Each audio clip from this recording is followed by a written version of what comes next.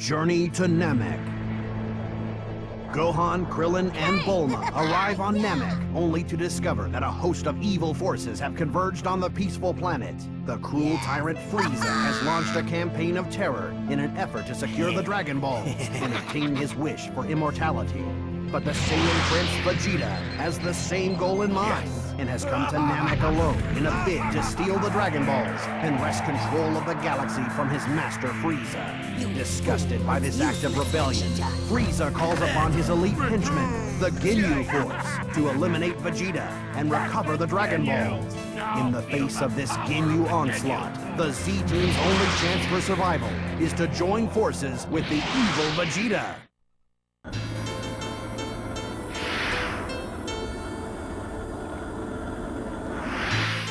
Hello everyone and welcome back to Dragon Ball Z Sagas. This time we are playing as Vegeta, though it is notable that Vegeta does not control any differently than any of the other characters, and none of the characters have different stats in any way whatsoever.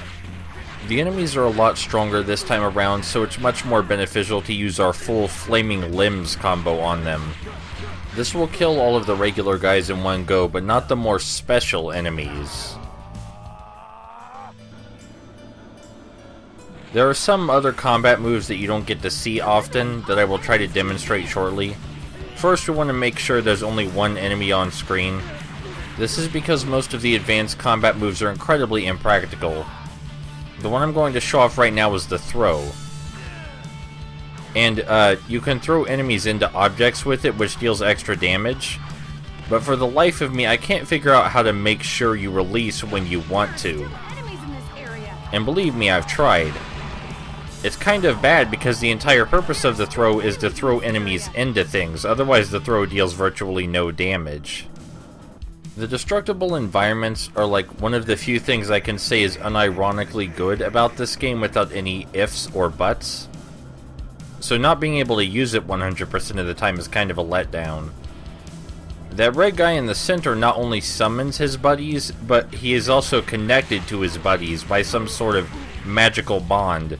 Meaning if we kill him, then all the other soldiers just flat out die. Now he is a special enemy, so one Flaming Limbs combo is not enough to finish him off. But that was. And like I said, after he dies, all of his buddies just kinda deflate. Like literally deflate. In case you didn't notice, that was the death animation. We are tasked again with the secondary objective, which is to find all the Dragon Balls. Thankfully, the Dragon Radar again points to their location, which is good because, as already said, that is its entire purpose. This enemy layout kind of depresses me because they put two snipers on the left and right sides of the screen, like they would actually pose a threat during your combat. But not only did they die in a single hit, but even if you left them there, any pot shots they took would deal minimal damage. It's so strange to see a game where the design was clearly meant to do something a certain way, but it just doesn't because of other factors. So, a part of the destructible environment sometimes includes the Namekians' houses, which we can just destroy whenever we want to.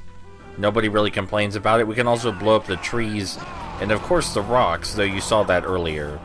And the destruction effects, while not massively impressive, actually look kinda good for the time period. The environments also don't look super hot, but they don't look like they're going to fall apart at the seams either, which was a real concern for games around this era, especially on the PS2. Everything here at least looks rounded and smooth. Perhaps to a fault sometimes.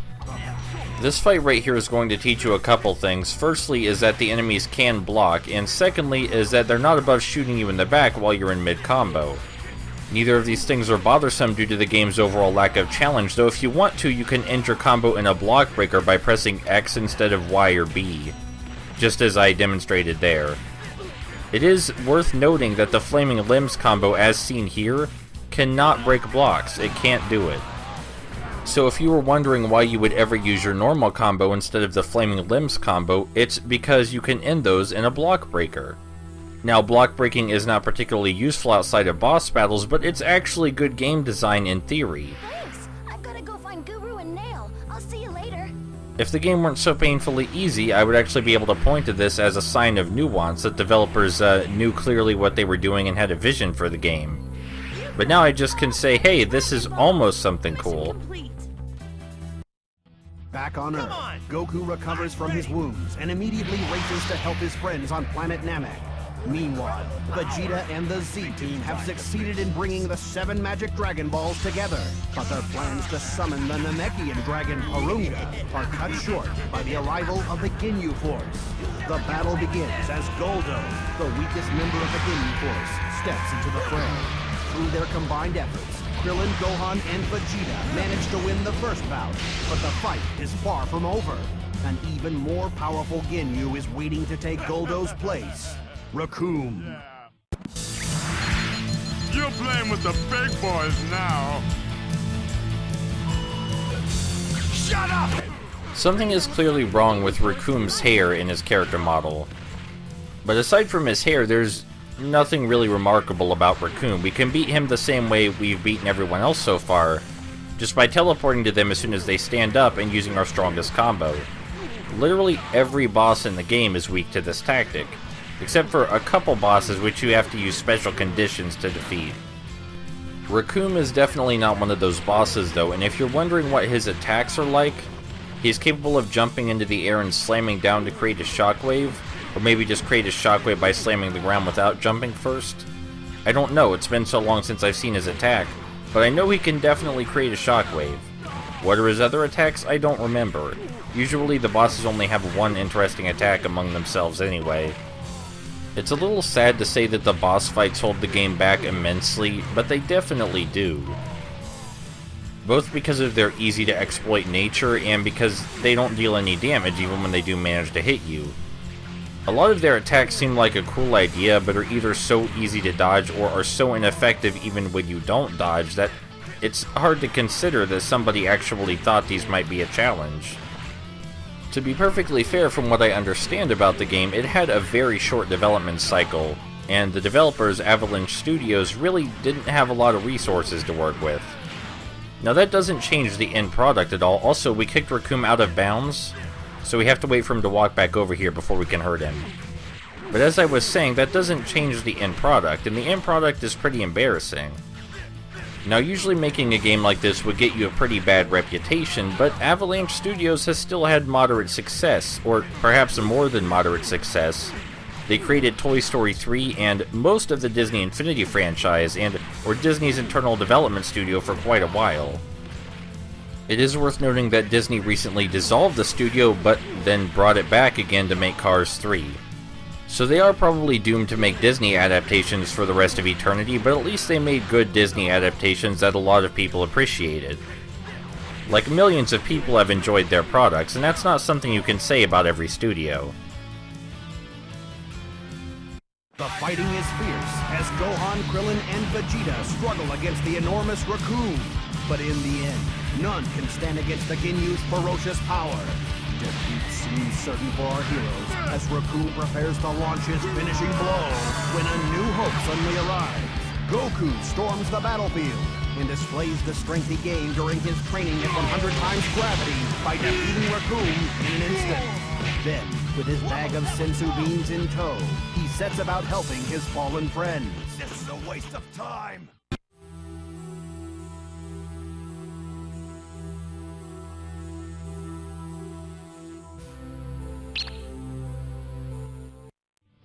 Captain Ginyu. Goku and Vegeta square off against the remaining Ginyu fighters. Do the Saiyan warriors stand a chance against the power of Burter and Jeice?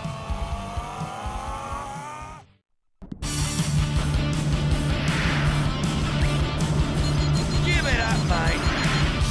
Nobody can stop the Ginyu Force! Bring it on! So you didn't read that incorrectly. The game does cram Burter, Jeice, and Captain Ginyu into a single stage, which means this stage is almost entirely boss battles. And as I said, the boss battles tend to hold this game back. Anyway, while we're attacking Jeice, yeah, Burter will occasionally rush at us from the sides and knock us over. But as you see very clearly, that does not make a dent on my health bar. Now, what is notable about this fight is that Burter and Jeice have an attack they can do together where they fly into the sky and create this big red and blue ball of death, and then start raining blasts down on you like hellfire. At least, I'm pretty sure they can do that. I've seen them do this a grand total of 1 time. and then never again in my life ever. Because I cannot replicate this occurrence, I have to wonder whether I was imagining it or whether my memory is lying to me. But I'm pretty sure it happened. Anyway, after we kill Burter, Jeice just kind of flies off. Vegeta and Goku launch an overwhelming attack, and Burter crumbles before their combined force. But before Jeice can suffer a similar fate, he makes a hasty retreat from the battlefield. With the Ginyu threat momentarily averted, the Z-Warriors resume their quest for the Dragon Balls. So we get kicked back here, and now it's time for some more beat-em-up segment. Very briefly, before we get back to the boss battles, I think there's one beat-em-up segment, and this is it right here. And then we get to fight Captain Ginyu. It feels a little odd that they put this in here at all. I mean, I guess it does introduce a new enemy type technically, but this level was clearly just about fighting Burter, Jeice, and Captain Ginyu, so this feels a little bit out of place. I do make an effort to throw the enemies into as many destructible objects as I can. Of course, this doesn't say terribly much, but I got at least 2 of them to smash into a wall off screen, so that's going to have to be good enough for you. But why not? Let's go for a 3rd off-screen collision. At least you got to see some rubble from that one. And now if I recall correctly, the new enemy type flies in. He even gets his own little introduction cutscene. So, the thing that's special about Tyrannosaurus Green Man is that he can fire grenades. And that's, as far as I know, the only thing even remotely remarkable about him. The grenades don't deal very much damage. They do have a small amount of splash to them, but not enough to worry about. And, I mean, usually you kill him before he even fires a single grenade. So again, we have a piece of design that's clearly meant to do something. I mean, the enemy even got an introductory cutscene. But it simply doesn't matter because the game is too easy. I mean, when I played this when I was younger, I had no idea what the Green Tyrannosaurus Man even did, because I killed him way too fast. If there's any solace you should take from this, it's that almost every enemy got smashed into the environment. Almost all of them. Now that they're all gone, let's go deal with my favorite boss fight in the game. No joke. Not for good reasons either, but this is definitely my favorite. As the Z-Warriors clash against Frieza's army of evil henchmen, Jeice returns with reinforcements. The leader and most powerful member of the Ginyu Force himself, Captain Ginyu. In order to defeat this deadly foe, the Z-Warriors will have to fight for their lives.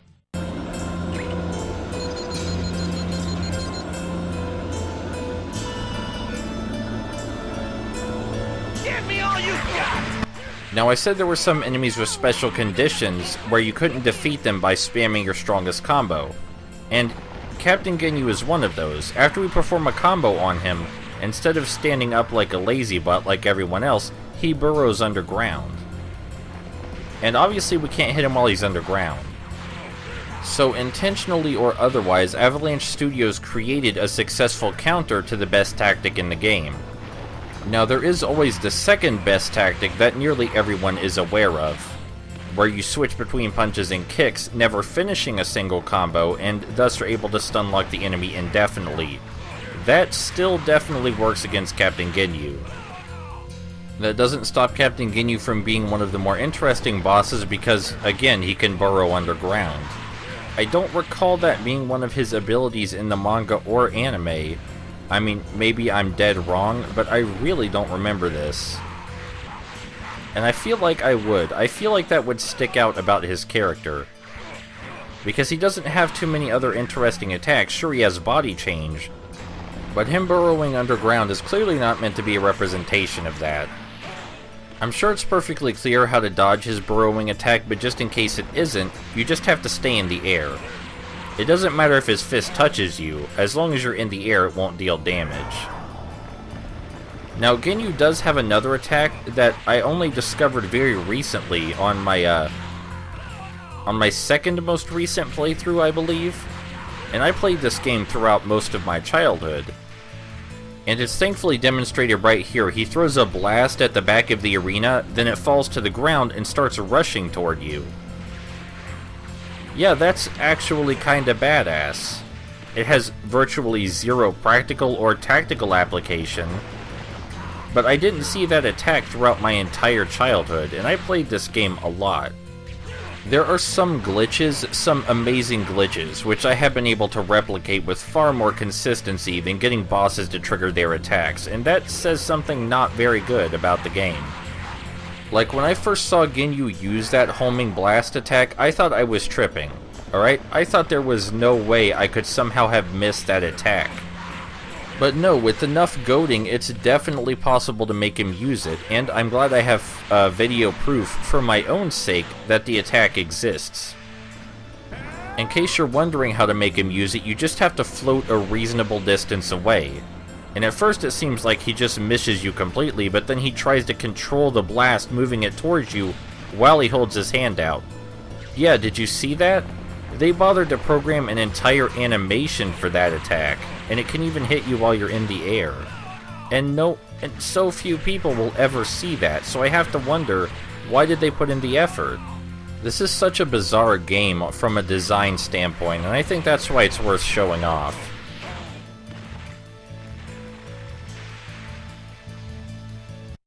With Captain Ginyu's defeat seemingly assured, Vegeta takes off in search of the Dragon Balls. But the wily Captain still has a trump card up his sleeve. In a wild move, Captain Ginyu inflicts a horrific wound upon himself, then uses his secret technique to switch bodies with Goku. After the successful switch, Captain Ginyu and Jeice fly back to Frieza's ship to check on the Dragon Balls, leaving Goku for dead.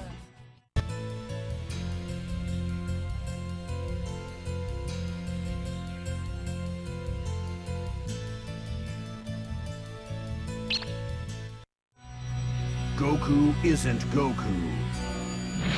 Vegeta arrives at Frieza's ship just in time to see Krillin and Gohan uncover the hidden Dragon Ball. At that same moment, Jeice and Captain Ginyu return. In his newly acquired body, Captain Ginyu attempts to convince the Z-Warriors that he is Goku. But it doesn't take Gohan long to realize that things are not what they seem. Let's see what this body can really do.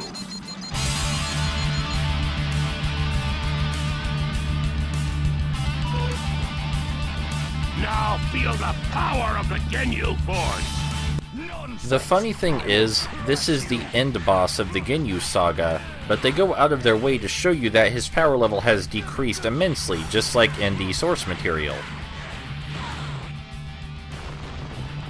And if you think it's a little funny that Jeice is kind of just standing there not doing anything like he's brain dead, he will sometimes throw blasts at you, but he does that very infrequently. Now, I'm not actually sure what attacks Goku Ginyu has, because I don't let him use them, and it never occurred to me to check because I just wasn't particularly interested. This is a little odd considering how I have such an interest in most of the other bosses in the game. But I think Jeice is the far more interesting thing about this boss battle.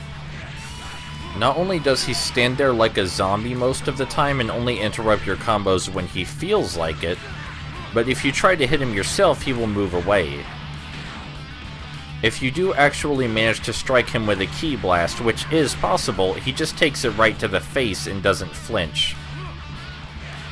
As ineffective as it was cool to see Burter jump into the fight when you're pounding on Jeice and knock you over. And it's a little weird that Jeice isn't doing anything about what we're doing to Captain Ginyu here. It's like he's putting in the bare minimum amount of effort to say that he helped. Like, if someone were watching this fight, he just hopes that the few blasts he's throwing count as him participating, so no one can accuse him of treason. He's like, no, I totally tried to help Captain Ginyu in that fight with Vegeta. He's playing a sport he really doesn't want to be involved in.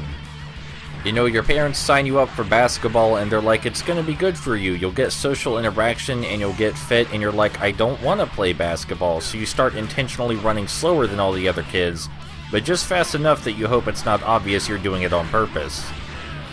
And you have social anxiety, so you don't know what the hell to do when people start talking to you or looking at you funny for playing basketball wrong. You weren't paying attention. Those plays are really complicated. Vegeta destroys Jeice and launches a powerful assault against Captain Ginyu, giving Goku the chance he needs to undo the body switch.